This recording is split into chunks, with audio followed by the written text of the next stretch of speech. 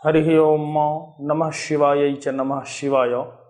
इदानीं समेषां छात्राणां ज्योतिषानुरागिणां च सुस्वागतम्। अत्र वर्तते पंचदशपत्रे। अयि भो मित्राणि, ज्योतिषगणितस्य यः पाठ्यक्रमः तावत् प्रचलति, तस्मिन् पाठ्यक्रमे अद्यतनीयः पठनीयपाठः वर्तते। स वर्तते प्रथमः पाठः पंचदशपत्रस्य।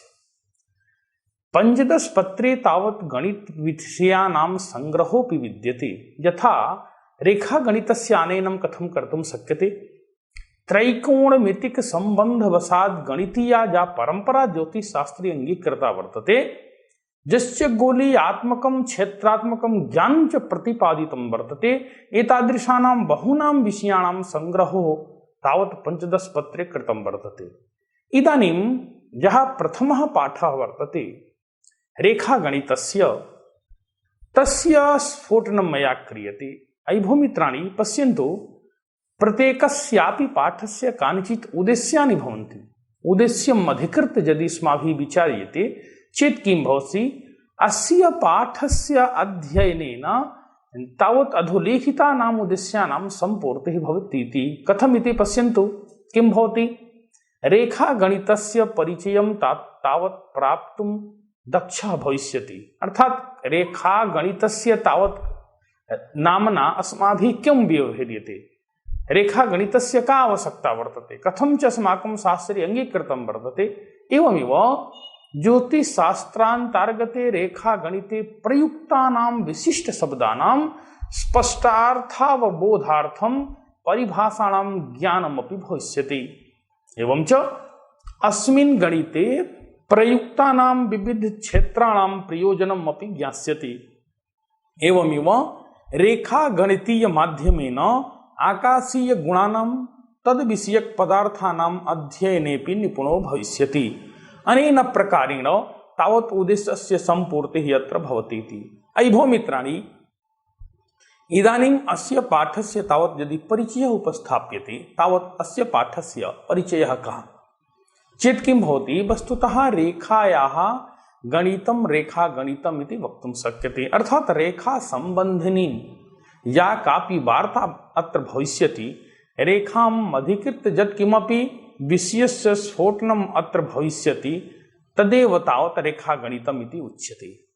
अस्य गणितस्य किं प्रयोजनं, केन उद्देश्येन अस्य तावत् प्रणयनम् आचार्येण कृतमिति, कस्मिन् देशे सर्वप्रथमम् इदम् आविष्कृतं, जिज्ञासा विषये अत्र किञ्चित् उच्यते मया। अस्य गणितस्य प्रयोगेण तावत् ये अन्तरिक्षस्थपिण्डाः सन्ति तद्विषयकम् अध्ययनम् अपि सारल्येन अस्माभिः कर्तुं शक्यते। यद्यपि विस्तृत क्षेत्रम् अस्ति अस्य विषयस्य, येन भौतिकज्ञाने अपि अस्य अनिवार्यतया विद्यते, तथापि खगोलीय अध्ययने तु अस्य अनिवार्यता सततम् एव अनुभूयते।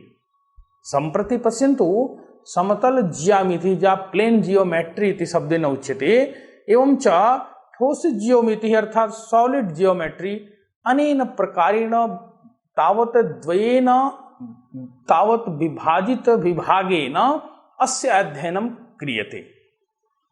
तत्र क्रमशः द्विबिम्बीय अर्थात् 2 डायमेंशनल एवं त्रिबिम्बीय अर्थात् 3 डायमेंशनल पदार्थाः आगच्छन्ति अस्मिन् विषये।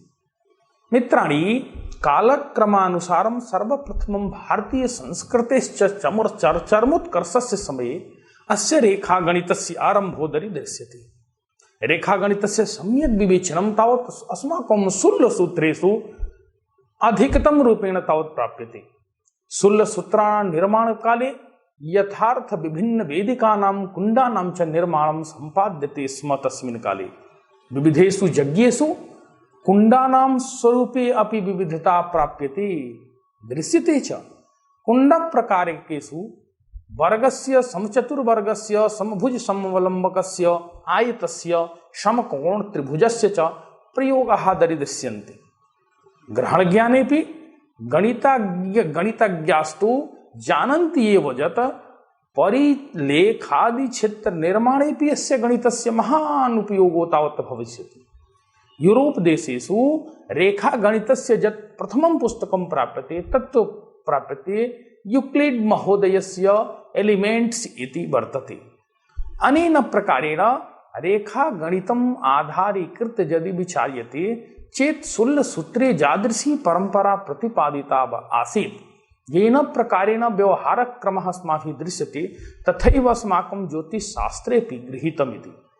अयि भूमित्राणि अत्र यदि पारिभाषिक पदानाम् अध्ययनं क्रियते यतो हि ज्योतिषशास्त्रे बहूनां तावत् पारिभाषिक पदानां प्रयोगोऽपि विद्यते, अतः यदि अत्र विचार्यते चेत् किं भवति बिन्दुः अर्थात् यस्य स्थानं निश्चितं परिमाणरहितः अविभाज्यः चिह्नमात्रं यद् वर्तते स वर्तते बिन्दुः। एवमेव रेखा अर्थात् बृहदाकारा व्यासरहिता या दीर्घा सा रेखा इति उच्यते। एवं रेखायाः प्रान्ते तावत् किं भवति बिन्दुद्वयं भवति। बिन्दुं द्वयम् आधारीकृत्य तयोः सम्मेलनवशात् तावत् द्वाभ्यां तावत् वर्णाभ्यां बिन्दुः उच्चार्यते। एवमपि रेखायाः निर्माणं भवति। यथा पश्यन्तु अक भवतां समक्षं दृश्यते। एवमेव समानान्तर रेखा अर्थात् ये सरल रेखे एकस्मिन्नेव धरातले समानान्तरे भवेताम् यदि ते वर्धने न मिलेत्यं तर्हि समानान्तर रेखे भवतः। यथा पश्यन्तु भवतां समक्षं दृश्यते अक तत्समानान्तर रेखा तद इति वक्तुं शक्यते। अत्र अक रेखा तद् रेखाया समानान्तरा वर्तते। अनेनैव प्रकारेण सरल रेखायाः अध्ययनं क्रियते। पश्यन्तु किं भवति बिन्दुद्वय मध्यगता लघुतमा रेखा सरल रेखा उच्यते, अन्यथा वक्रारेखा भवति। वस्तुतः रेखा शब्देन ज्योतिषशास्त्रे यः व्यवहारः क्रियते यत्र कुत्रापि येन केन प्रकारेण स तु सरल रेखाया एव ग्रहणं कर्तव्यमिति एतादृशः निर्देशोऽपि आचार्येण दत्तमिति। इदानीं दैर्घ्यविस्तारौ एव यत्र प्राप्यते तद्धरातलम् इति उच्यते। यतो हि धरातलवशेनैव रेखायाः निर्माणं समग्रस्यापि विषयस्य प्रवर्तनं तावत् आचार्येण निरूपितमस्ति। यथा पश्यन्तु विस्तारः दैर्घ्यं धारातलं तद्वशादेव ज्योतिषस्य समग्रस्यापि विषयस्य ज्ञानं कर्तुं शक्यते। अत्र समधरातलं विषमधरातलं च विभाजनमपि वर्तते। अर्थात् बिन्दुद्वयमध्यान्तरे गता रेखा यत्र सम्यक्तया धरातले मिलति तदेव समधरातलम्, अन्यथा विषमं धरातलं भवति। एवमेव कोणपदेन किम् अवगम्यते पश्यन्तु रेखाद्वयस्य परस्पर मेलनेन या आकृतिः निर्मिता भवति स एव कोणः। कोऽपि कोणः तावत् वर्णत्रयेण उच्चार्यते। तत्र किं भवति कोणोत्पादकरेखयोः एकैको वर्णः कोणबिन्दौ च एकः तिष्ठति। प्रयोगार्थं कोणनिष्ठवर्णो मध्ये लिख्यते। यथा उदाहरणे प्रयोगे क्रियते। पश्यन्तु अत्र किं भवति कोण ब अ स इत्यस्य मानं यथा रेखा के अंकितं वर्तते। अत्र अक रेखाभ्याम् अबिन्दौ सम्मेलनेन आकृतिः उत्पद्यते। तदा अयम् आकृतिविशेषः प्रयुज्यते तावत् कोणस्य कृते येन कोणमानम् अस्माभिः परिज्ञातुं शक्यते। समकोणः अर्थात् एका सरल रेखा अन्या सरल रेखोपरि यत्र लम्बभूता पतिता तत्र भवति समकोण उत्पद्यते। तत्र किं वैशिष्ट्यं भवति तस्य समकोणस्य एकः कोणः 90 परिमितम् अवश्यमेव भवति। तस्यैव समकोण इति संज्ञा अस्माभिः आचार्यैः परिकल्पितम् अस्ति। अस्य उदाहरणं पश्यन्तु। कीदृशम् उदाहरणं पश्यन्तु। अत्र अद क एका रेखा वर्तते, तस्योपरि तद रेखा क्रियते, तर्हि तद्वशात् अद त 90 परिमितं समकोणः। एवमेव कोण तद क इदमपि समकोणं समकोणद्वयात्मकं विभाजितम् इदं तावत् द्वौ समकोण उत्पद्यते। एवं समकोणस्य स्थितिः भवतां पुरस्तात् तावत् दृश्यते। इदानीम् अग्रे यद् विचार्यते स भवति अधिककोणः अर्थात् 90 अधिको जो कोणः भवति तस्य नामकरणम् आचार्येण अधिककोण इति कृतमस्ति। यथा पश्यन्तु क्षेत्रे अ ब स तावत् किं भवति अत्र ब कोणः अधिककोणः वर्तते। स किं भवति 20+100 परिमितं विवंशात्मकं भवति। एवमेव अग्रे यद् विचार्यते स वर्तते न्यूनकोणः। अर्थात नवत्यंशात् न्यूनः यः कोणः भवति स भवति न्यूनकोणः। न्यूनः अल्पः कुतः समकोण प्रमाण। अत्र विचार्यते अबस पश्यन्तु तावत् क्षेत्रेऽस्मिन् तावत् 45 परिमितम् एव अंशात्मकं कोणमानं भवति। अयं कोणः किं भवति? न्यूनकोणः अथवा अबस न्यूनकोणः वर्तते यथा क्षेत्रे प्रत्यक्षतया अस्माभिः द्रष्टुं शक्यते। एवं अन्यत् यः पदं वर्तते तद् वर्तते सीमा। अर्थात कस्यापि पदार्थस्य यः प्रान्तः भवति अन्तिमो बिन्दुः यः भवति स वर्तते अन्तिमा यः बिन्दुः भवति तस्य संज्ञा क्रियते सीमा इति। अत्र प्रत्यक्षतया दृश्यते अब एतस्य प्रमाणम्। एवमेव क्षेत्रम् अर्थात एकाधिकया रेखया आवृतं यद् धरातलं वर्तते तस्य क्षेत्रम् इति संज्ञा क्रियते। यथा क्षेत्रमध्ये एतस्य स्थापनं कर्तुं शक्यते। अन्यत् यद् विचारणीयं भवति यस्य तावत् मुख्यतया प्रयोजनम् अङ्गीकृत्य रेखागणितस्य संयोजनं ज्योतिषशास्त्रे कृतं वर्तते तद् वर्तते वृत्तम्। यतोहि ग्रहाः वृत्तात्मके क्षेत्रे एव गच्छन्ति।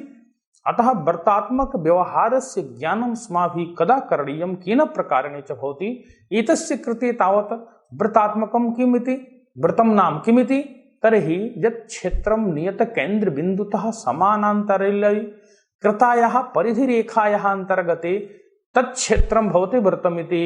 यथा पश्यन्तु क्षेत्रम् अत्र अ इ ग अस्य निर्माणबिन्दुः तावत् भवति। क इ इदं व्यासात्मकम् अर्धव्यासः वर्तते। अग व्यासात्मकं वर्तते।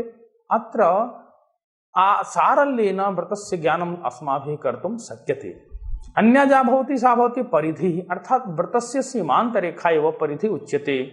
वृत्तस्य मध्ये स्थितं बिन्दुं केन्द्र इति कथ्यते। अतः यथा दर्शितं मया वृत्तक्षेत्रं तत्र क वर्णेन लिखितं क्षेत्रं वर्तते तद् वर्तते केन्द्रम् इति। अर्थात तस्य वृत्तस्य केन्द्रं क इति एवं प्रयुज्यते। अन्या या भवति सा भवति न्यासरेखा अर्थात वृत्तस्य केन्द्रगता परिधिस्थ बिन्दुद्वय संलग्ना रेखा व्यासरेखा भवति। इयं न्यासरेखा तावत् वृत्तस्य समान खण्डद्वयं करोति। यथा अ ग वर्तते तस्य खण्डद्वयं वर्तते एकं कम् अपरं स। अत्र अग व्यासरेखा इति वर्तते। त्रिज्या समान रूपेण अस्माभिः व्यवह्रियते। त्रिज्यापदेन किम् अवगम्यते?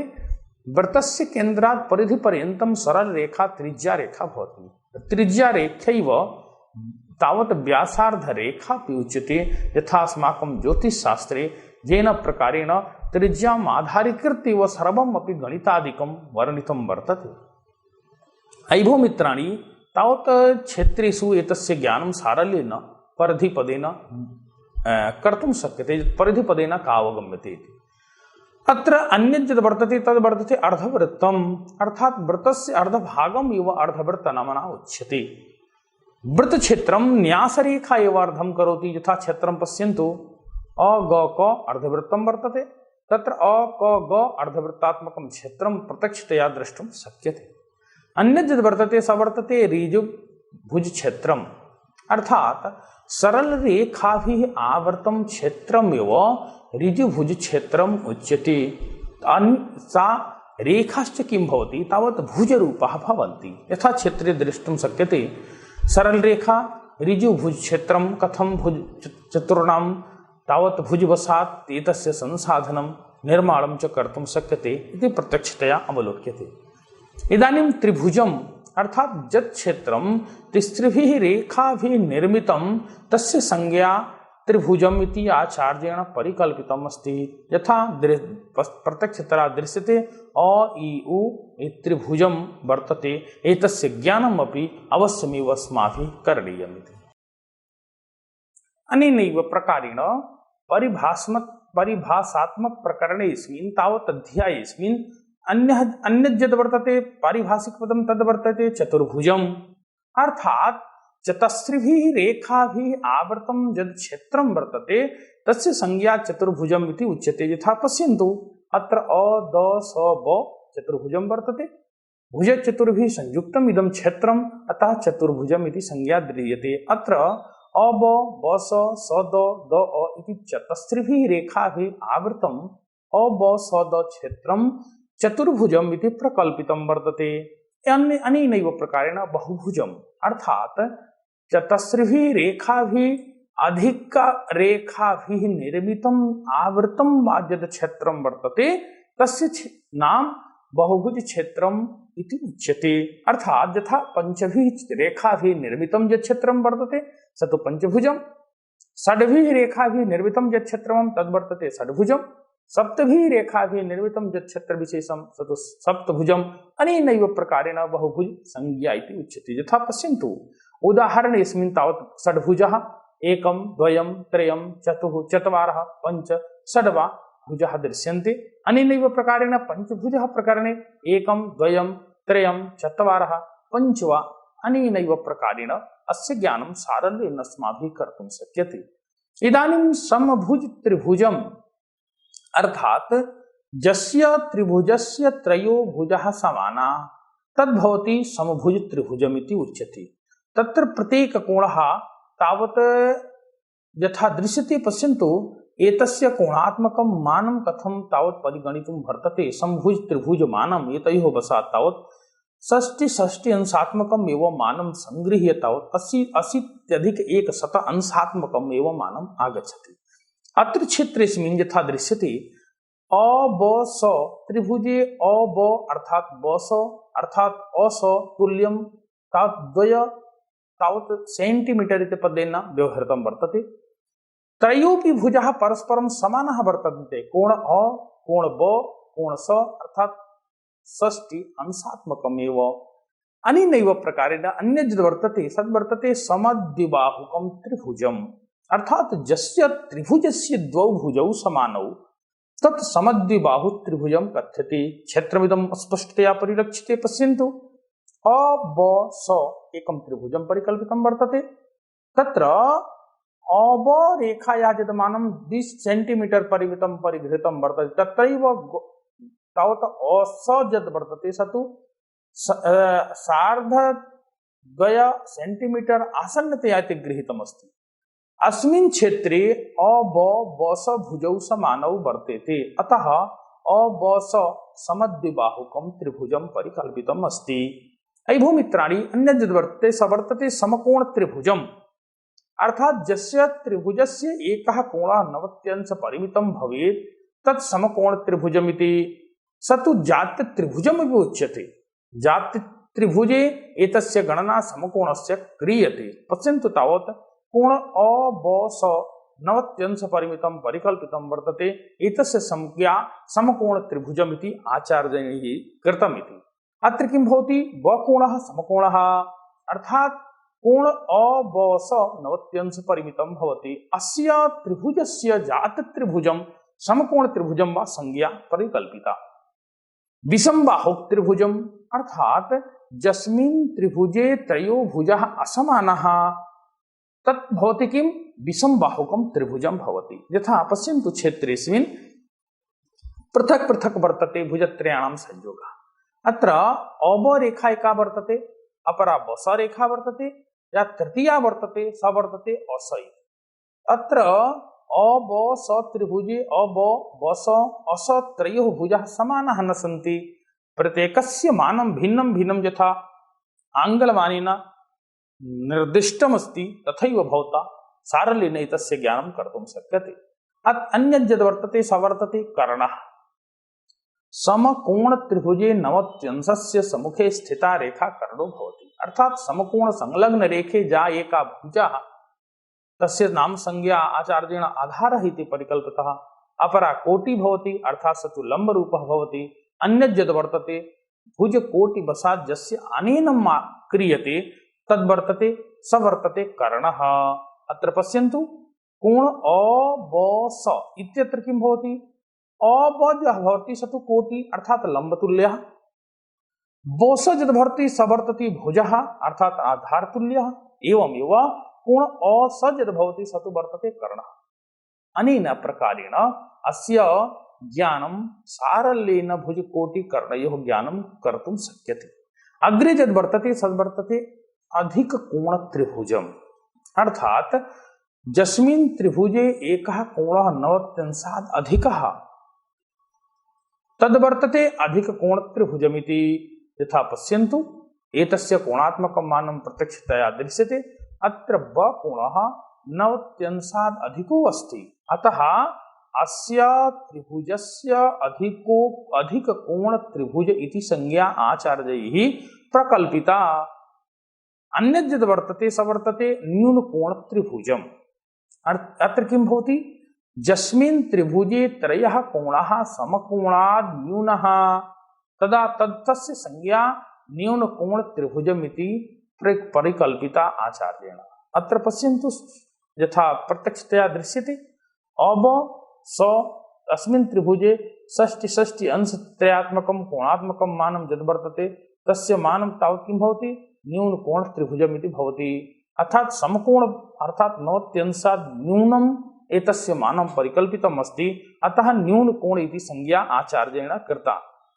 समानांतर चतुर्भुजम अर्थात यस्मिन् चतुर्भुजे सम्मुखौ भुजौ समानांतरौ स्तः तत् किं भवति? समानांतर चतुर्भुजम् इति उच्यते। यथा क्षेत्रे प्रत्यक्षतया अवलोक्यते। पश्यन्तु अत्र यत् समचतुर्भुजं वर्तते तद् वर्तते अ ब स द। अत्र विकर्ण परिकल्पनया समानांतर चतुर्भुजस्य ज्ञानं सारल्येन अस्माभिः कर्तुं शक्यते। अयि भो मित्राणि, यः अन्यद् वर्तते अग्रः विचारणीय अग्रे यद् विचारणीयः वर्तते स वर्तते। पश्यन्तु तावत् कि अस्य क्षेत्रं किम्? अत्र अ द बस रेखा एवं च अब अर्थात सद रेखा समानांतरा वर्तते। अन्यद् विचारणीयं यद् वर्तते पारिभाषिक पदं तद् वर्तते वर्ग क्षेत्रम्। अर्थात यस्य चतुर्भुजस्य सर्वे भुजाः कोणाश्च समानाः तद्भवति वर्ग क्षेत्रमिति। यथा क्षेत्रात्मकं ज्ञानं कथं क्रियते? अ ब स द। पश्यन्तु तावत् नवत्यंश परिमितेन सम्मिलेन वर्ग क्षेत्रं निर्मितम् अस्ति। तस्य मानं तावत् किं भवति? षष्ट्योत्तरत्रिशतम् इति। अत्र अब सद क्षेत्रे अब बसतुल्यं सदतुल्यम् अथवा अद एवं क्रमेण कोण अ कोण ब कोण स कोण द अर्थात नवत्यंश परिमितम् एव मानानि भवन्ति।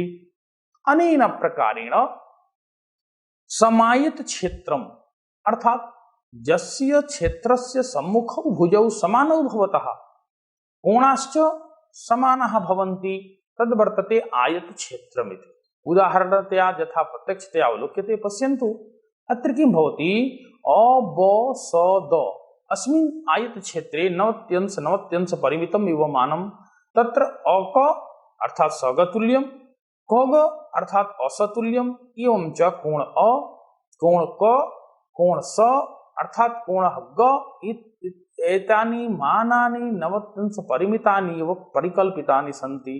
अत्र भवति अन्यद्यद् सत् भवति विषम आयत क्षेत्रम् अर्थात यस्मिन् क्षेत्रे सम्मुखौ भुजौ समानौ परञ्च कोणाः असमानाः केवलं सम्मुखस्थ कोणः एव तुल्यः तद् वर्तते विषम आयत क्षेत्रमिति। पश्यन्तु उदाहरण रूपेण क्षेत्रस्य निदर्शनम् अत्र क्रियते। अत्र अ ब स द इत्यत्र किं भवति? पृथक् पृथक् कोणमानानि आगच्छन्ति। पश्यन्तु कोण अ तावत् पृथक् वर्तते, कोण ब पृथक् वर्तते, कोण स इदमपि पृथक् वर्तते, कोण द इदमपि। अतः विषम आयत क्षेत्रमिदं स्पष्टतया द्रष्टुं शक्यते यस्य सम्मुखस्थ कोणमानानि अपि पृथक् पृथक् भवन्ति इति। इदानीं मित्राणि विषम कोण चतुर्भुजं किं भवति?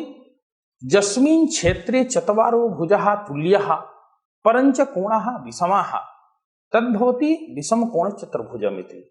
अर्थात क्षेत्रेऽस्मिन् पश्यन्तु अ स ब द इत्यत्र यदि परिकल्पना क्रियते चेत् किं भवति? अत्र अ क ग अर्थात ग द एवं च अ द तुल्यमिव प्रत्यक्षतया दृश्यन्ते, परञ्च कोण अ कोण ग कोण क कोण द इदं भिन्नं भिन्नम् अस्ति। अतस्मादेव कारणात् अत्र बहूनि एतादृशानि पारिभाषिक पदानि सन्ति अस्मिन् अध्याये येषां ज्ञानं महत्वपूर्णं मत्वा आचार्येण तावत् निरूपितमस्ति। रेखागणितस्य आदौ त्रैकोणमितिकसम्बन्धस्य आदौ गोलग्रह गणितस्य आदौ चापीय त्रिकोणमिति इत्यस्य ग्रंथस्य आदौ पारिभाषिक रूपेण एतेषां समेषां तावत् विषयाणां पदार्थानां संग्रहः तावत् प्राप्यते कृतमस्ति च। यतो हि पारिभाषा बलेनैव अस्माभिः तद्गत विषयस्य सम्यक्तया अवगमनं कर्तुं शक्यते। अतः अस्माभिः एतस्य अध्ययनम् अवश्यमेव करणीयम्।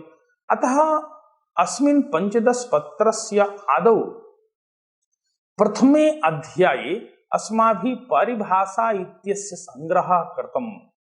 यतो हि पारिभाषिक पद ज्ञानं विना गणितीया ये विषयाः सन्ति जानि च प्रमाणानि अन्यस्मिन् पाठे उपस्थापितानि परिकल्पितानि भविष्यन्ति तस्य परिभाषा कीदृशी वर्तते, तस्य मूलं च किमिति एतस्य ज्ञानार्थम् आदौ प्रथमे पाठे परिभाषायाः वैशिष्ट्यम् एव निरूपितम् अस्ति। अतः भवद्भिः एतस्य ज्ञानम् अवश्यमेव करणीयम् इति परिकल्पितम् अस्ति। अयि भो मित्राणि, सारांशतया यदि अस्माभिः अवगम्यते चेत् किं भवति, येषां पदार्थानां ज्ञानाय अन्यस्य कस्यापि प्रमाणस्य आवश्यकता न भवति, ते एव स्वयं सिद्धाः पदार्थाः सन्ति। स्वयं सिद्धार्थाः स्वयमेव प्रमाणीभूताः सन्ति। अथ यथा एका संख्या समाना एव भवति, तत्र कस्यापि प्रमाणस्य आवश्यकता न वर्तते, तस्याः मानं परिमाणं च सर्वस्यां परिस्थितौ तुल्यम् एव जहाति। अनेन प्रकारेण रेखागणिते बहवः पदार्थाः, बहूनि पारिभाषिक पदानि, बहवश्च शब्दाः सन्ति येषां ज्ञानं सारल्येन अस्माभिः कर्तुं शक्यते। तेषां तद्वशात् क्षेत्रनिर्माणे संसिद्धौ च तेषाम् उपयोगः परमावश्यको भवति। अतः तेषां वर्णनम् अत्र क्रियते। यथा पश्यन्तु, एकेन पदार्थेन यावन्तः पदार्थाः समानाः ते परस्परं समानाः एव भवन्ति। यथा पश्यन्तु उदाहरणरूपेण अ ब ब स द द त, अर्थात् तदा अ ब स द य त भविष्यति। एवं समान पदार्थेषु समान पदार्थानां योगेन समानता एव तिष्ठति।